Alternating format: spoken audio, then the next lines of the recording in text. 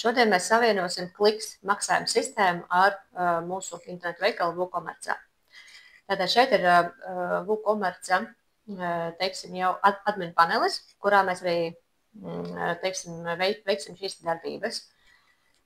Vispirms lietotājs e-pastā ir saņēmis ziņu no Kliksa, kad šie maksājumi ir iespējami, maksājuma savienošana ir iespējams jau veikt un atsūtīt dati pēc kā vadīties. Pēc tam mēs, vadoties pēc šīs informācijas, jau uzsāksim mūsu savienošanas sistēmu. Tātad, nospiežot uz šīs saites, instalēsim pluginu mūsu WordPress sistēmai. Lapas pašā augšā ir informācija arī par citām platformām, par Magento, Shopify, OpenCart. Mums šobrīd interesē tieši WooCommerce. Mēs dodamies uz leju, atrodam mūsu WooCommerce sadaļu. Un šeit ir informācija, ar ko mums sākt un ko mums darīt. Tad vispirms mēs nospiežam uz šīs saites, lai lejupielādētu spraudni. Spraudnis jau automātiski lejupielādējas. Tālāk, ja mēs varam sekot tālāk esošajām informācijām, informācijai tātad ielogoties admin panelī, aiziet uz sadaļu plugins, augšu pielādēt mūsu tikko lejupielādēto spraudni, aktivizēt šo spraudni un tālāk jau doties uz settingiem Kliksa pluginā. Tālāk, kad mēs to arī šobrīd darīsim, aiziesim uz spraudņiem. Tālāk mēs spiedīsim pogu pievienot spraudni. Augšu pielādēt spraudni un šeit mēs izvēlamies failu, tātad tikko mūsu lejupielādēto spraudni un nospiežam instalēt tūlīt. Un backendā šobrīd notiek šī spraudņa instalēšana. Tad pakotne ir izpakota, spraudnis ir uzstādīts, un mēs to varam aktivizēt. Ja mēs runājam par šo te spraudni, tad ir arī otra opcija savienot to ar API. Es izvēlējos savienot to ar spraudni, tāpēc, kad, ja jūsu internetu veikala platforma atbalsta Kliks spraudni, tad ieteikums ir sākt tieši ar šo.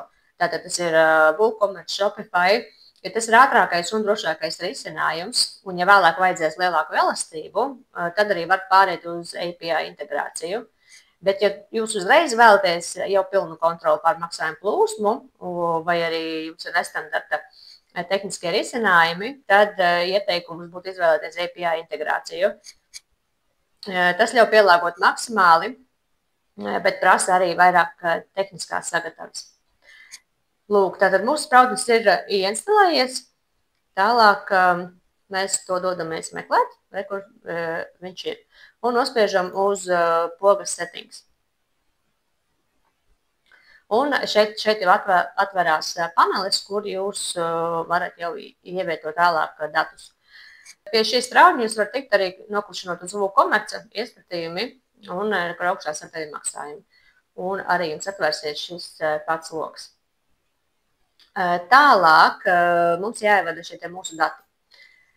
Tad es paņemšu saklikšanāšu, tad apskatāmies vēl, kas šeit ir par jāieklikšana. Tad šie visi dati jums ir atrodami jūsu lietotāja e-pastā. Nu, lūk, ieķeksējam visus ķeksīšus, enable logging. Tad sekojam šīm te instrukcijām. Tad brand ID es paņemšu no e-pasta un secret key arī. Visi dati ir jūsu klienta e-pastā vai jūsu pašu e-pastā. Tad order status, šeit ir citi dati. Jā, tam mums būs jāpielāgo mūsējiem. Ja maksājums noticis ir veiksmīgi, tad kādus datus jūs vēlaties, lai atzīmē, teiksim, statusu. Status ir redzams šeit, pieņemsim sadaļā pasūtījumi. Kas notiek brīdī, kad cilvēks ir samaksājis? Ko šis status norāda? Tad vai nu viņš ir apstrādē, vai nu viņš ir izpildīts. Kāda ir atšķirība? Tad, kad status ir apstrādē, labāk ir norādīt to, ka viņš ir apstrādē, jo tā kā maksājums ir veikts, šī nauda, teiksim, tiek aizskaitīta uz uzņēmēju kontu, Un tad tikai sāka notikt šo te preču pakošana, izsūtīšana pircējiem. Tātad status apstrādā vēl nozīmē to, ka preces vēl atrodas pie paša uzņēmēja. Ja status ir izpildīts, tas nozīmē to, ka uzņēmējs šo te preci jau ir izsūtījis. Tātad preci atrodas pakomātā vai cita veida izsūtīšanas veidā. Tur šis ir diezgan nopietns jautājums, ar ko jums apspriest ar internetu veikalu īpašnieku, kādu statusu viņš vēlas šeit ievietot. Manā gadījumā es atstāšu uz processing, jo preces vēl tiek sagatavotas, tas paņem vēl vairākas stundas vai dienas laika, kad šī prece tiek izsūtīta. Tāpēc lietotājiem, pircējiem jānorādās status viņa e-pastā, kā pasūtījums ir pieņemts, bet vēl nav izsūtīts. Enable Payment Method Selection, šo mēs atstājam ieslēgtu. Tātad pircējiem būs iespēja izvēlēties, ar kuru maksājuma metodi maksāt. Change Payment Method Title, tātad šito te, ja mājaslapa ir angļu valodā, mēs to iztulkojam, atstājam angliski, bet ja latviešu valodā vai citās valodās iztulkojam, jo šī sadaļa būs redzama pircējiem. Tātad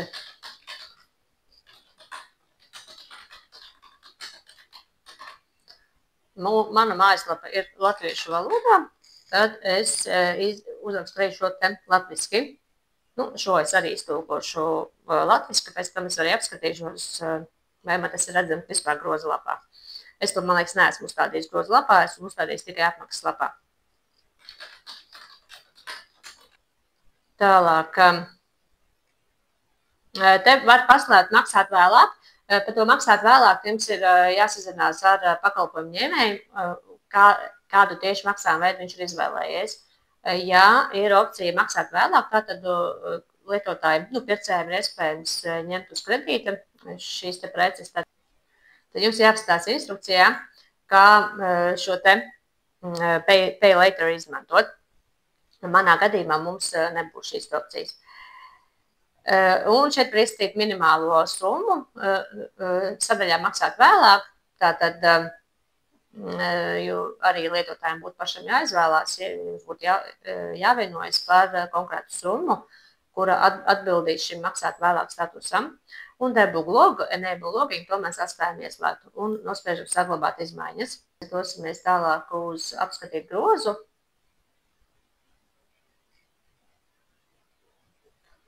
Lūk, grozā mums nekādas informācijas nav par maksājumiem. Mēs dodamies tālāk turpināt noformēt pirkumu.